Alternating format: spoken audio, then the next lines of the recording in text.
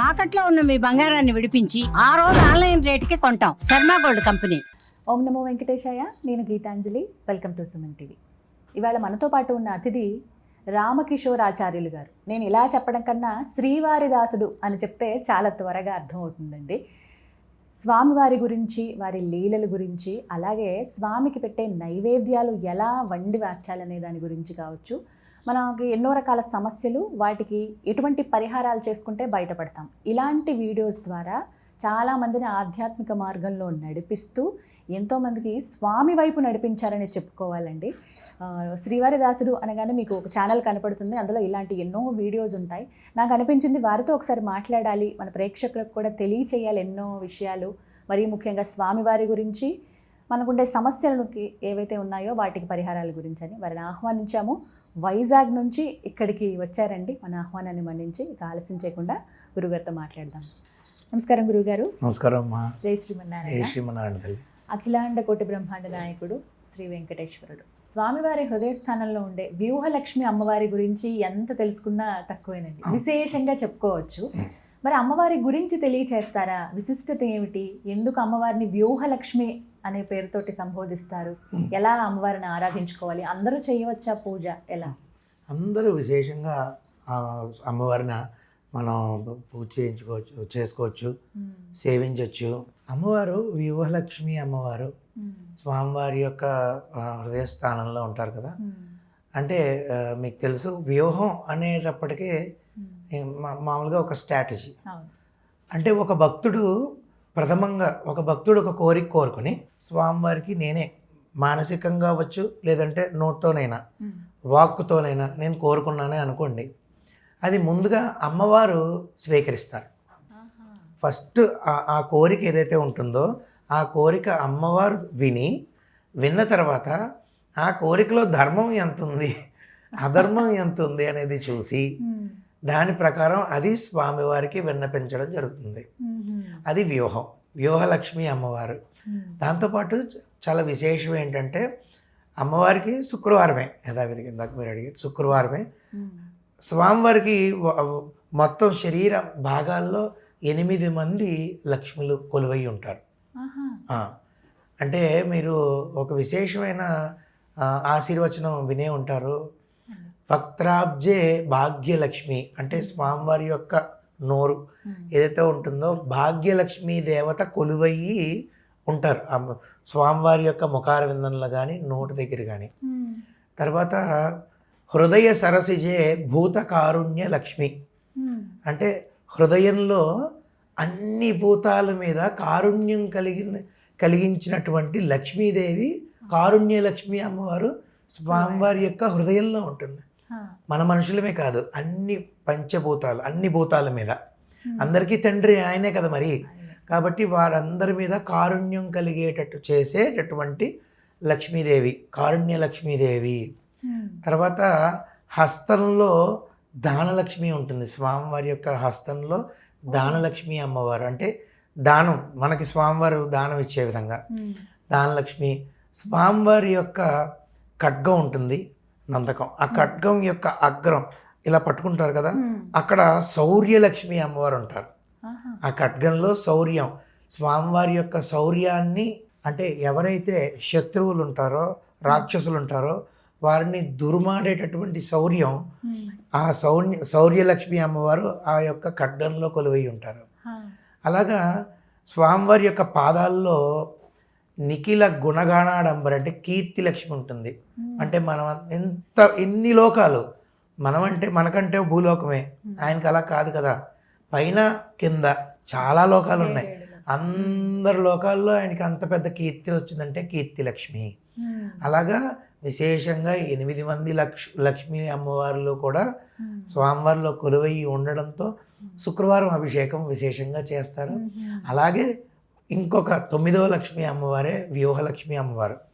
ఆ వ్యూహలక్ష్మి అమ్మవారు ప్రథమంగా ఫస్ట్గా మనం ఏ కోరిక కోరుకున్నా అమ్మవారు వింటారు, విని స్వామివారికి చేరవేస్తారు అనేది పెద్దలు వేదం వాక్కుగా చెప్పుకొని వస్తారు. ఈ విధంగా వ్యూహలక్ష్మి అమ్మవారిని ప్రతి విశేషంగా శుక్రవారంగా స్వామివారిని పూజిస్తేనమ్మా అమ్మ ఒక్క మాట ప్రత్యేకంగా వ్యూహలక్ష్మి అమ్మవారు అంటే తెలుసుకోవడం కోసం నేను చెప్తున్నా. వ్యూహలక్ష్మి అమ్మవారు, ఇప్పుడు నేను చెప్పారు కీర్తి లక్ష్మి. మరి ఈ లక్ష్మీదేవులు అందరూ ఎక్కడున్నారు? ఎవరిని సేవించుకుంటున్నారు అంటే స్వామివారిని సేవించుకుంటున్నారు. కాబట్టి మీకు ఒక ఉదాహరణ చెప్తాను. నేను నిత్యం ఆరాధన చేసే సమయంలో ఒక గులాబీ పువ్వు దానికి తొడిమ తీయకుండా నాకు ఇలా పూజ చేసినప్పుడు నా చేతికే గుచ్చుకుంది. మామూలుగా నిజం జరిగింది. గుచ్చుకున్నప్పుడు నేను ఆ పూజ చేయడానికే నాకు గుచ్చింది కదా, చిన్న పువ్వు గుచ్చిందని బాధ అనిపించింది నాకు మనసు. శ్రీ మహాలక్ష్మీదేవి మహావిష్ణువు యొక్క పాదాల దగ్గర ఉండి ఆయన్ని సేవించుకుంటూ ఆ పాదాలని చూసి చిన్న పాదాలు, అదే ఆ పాదాలు యొక్క మెత్తటి పాదాలు ఇవన్నీ చూసి మురిసిపోయి ఆవిడ ఎంతో సంతోషంగా ఉంటుంది వాస్తవానికి. అప్పుడు మీరు పువ్వులు ఇచ్చారు, ఒక వ్యక్తి పువ్వులు ఇచ్చారు, ఒక భక్తులు. నేను గర్భాలయంలో పూజ చేశాను, స్వామివారి మూర్తుంది పూజ చేశాను అంటే అక్కడితో పూజ అయ్యింది అంతే. అది శారీరకంగా యాంత్రికంగా పూజ అయ్యింది. అదే మీరు తీసుకొచ్చి నాకు పువ్వులు ఇచ్చారు. పువ్వులు ఇచ్చిన తర్వాత మీ గోత్రనామాలు విన్నపం స్వామివారికి చేసి నేను అష్టోత్తరం పూజ చేస్తూ ఉన్నాను అంటే మీరు ఆ పువ్వులన్నీ కూడా వైకుంఠంలో ఉన్న శ్రీవారి పాదాల దగ్గర పడుతున్నాయని ఒక్క క్షణం మీరు భావించగలిగితే అప్పుడు కదా స్వామివారు పూజ స్వీకరిస్తారు. సరే, ఈ ఉదాహరణ ఎందుకు చెప్తాను మీకు. అప్పుడు ఒక పువ్వు నా బోటివాడికే ఇలా గుచ్చుకుందంటే లక్ష్మీదేవి ఎంత బాధపడుతుంది? స్వామివారి పాదాలు గుచ్చుకుంటే సుకుమారంగా ఉంటాయి అని చెప్పి గుచ్చుకుంటుంది అని ఇలాంటి పువ్వు ఇచ్చారు అని అమ్మవారు కోప్పడకూడదు.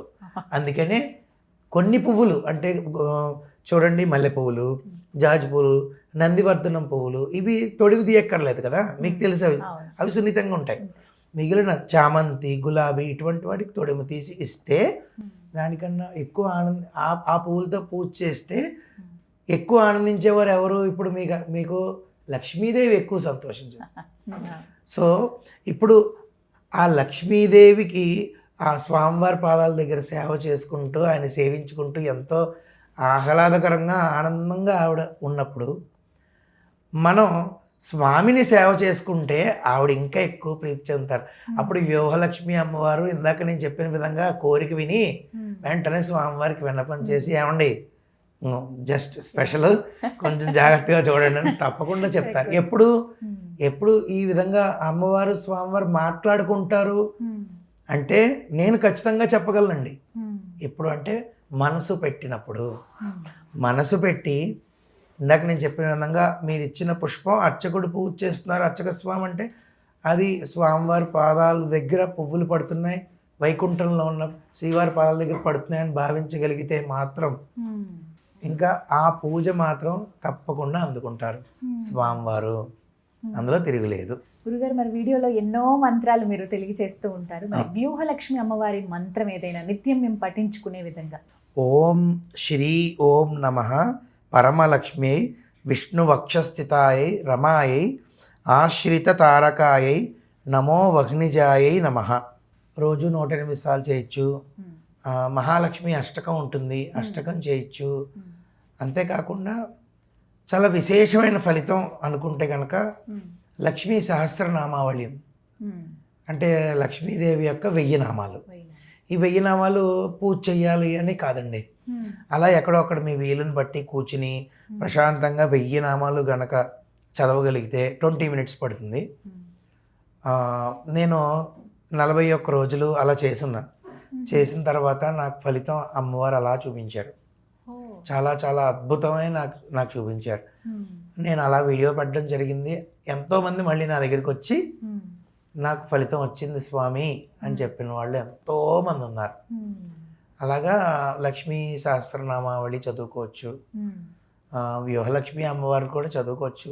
వాస్తవానికి ఏంటంటేనండి, మంత్రం చదువుతున్నాము, మంత్రం ఒక గురువుగారు చదవమని అన్నారు, మంత్రమో లేదంటే స్తోత్రమో చదువుతున్నాము, చదివేసాము అని కాకుండా ఆ మంత్రం చదివినప్పుడు కొంచెం ఆ ఏ మంత్రం అయితే చదువుతున్నామో అధిష్టాన దేవతని మనం మానసికంగా మనసులో ముద్రించుకోగలిగితే, అంటే వారి యొక్క చిత్రాన్ని కనీసం అమ్మవారి యొక్క రూపాన్ని మనం ముద్రించుకుని చదవగలిగితే తప్పకుండా ఫలితం వస్తుంది. అంటే మనం చదివినప్పుడు మన కంటికి ఆ శక్తి కనబడదు, కానీ ఆ శక్తి ఒక శక్తి లోపల ఒక విస్ఫోటనం చెంది ఆ శక్తి వల్ల ఆ శక్తి వెళ్ళి పంచభూతాల్లో కలిసి మనకి ఏ కష్టమైతే ఉందో ఆ కష్టాన్ని తీర్చే మార్గాన్ని మనకి ముందు చూపిస్తూ ఉంటుంది. ఎవరో ఒకళ్ళ ద్వారా లేదంటే మన ద్వారానే, మన మానసికంగా ద్వారానే ఆ మంత్రం యొక్క శక్తి మనకి పనిచేయడం తెలుస్తుంది. సహజంగా ఏంటంటే అది నేను చేస్తాను, నేను అయిపోయింది, నేను 4 మంత్రాలు 4 సార్లు చదివాక నేను చేశాను అని అనుకుంటాం, కానీ ఆ శక్తి అంతా ఆ మంత్రంలో ఉన్న శక్తి. అది కనిపెట్టలేరు ఎవరు. కానీ విధిగా ఒక నియమంగా పెట్టుకుని చేసుకుంటే చాలా మంచిది. ప్రతిరోజు అండి ఇలా ఎన్ని రోజులు చేయమంటారు? అంటే సహజంగా ఏదైనా ఒక మంత్రం సిద్ధి పొందాలంటే 41 days అంటారమ్మా, మీకు తెలుసు, మండల దీక్ష, అందుకనే పెడతారు. 41 రోజులు చేసుకోవచ్చు. ఆడవారికి ఇబ్బంది ఉన్నప్పుడు ఆ 4-5 రోజులు విడిచిపెట్టి మళ్ళీ కంటిన్యూ చేసుకోవచ్చు. మగవారు కంటిన్యూగా చేయొచ్చు. అన్ని రకాలుగా కూడా ఈ మంత్రం అయితే ఖచ్చితంగా మనల్ని తప్పకుండా కాపాడుతుంది. చాలా సంతోషం అండి, చక్కగా వివరించారు. ధన్యవాదాలమ్మా. Thank you.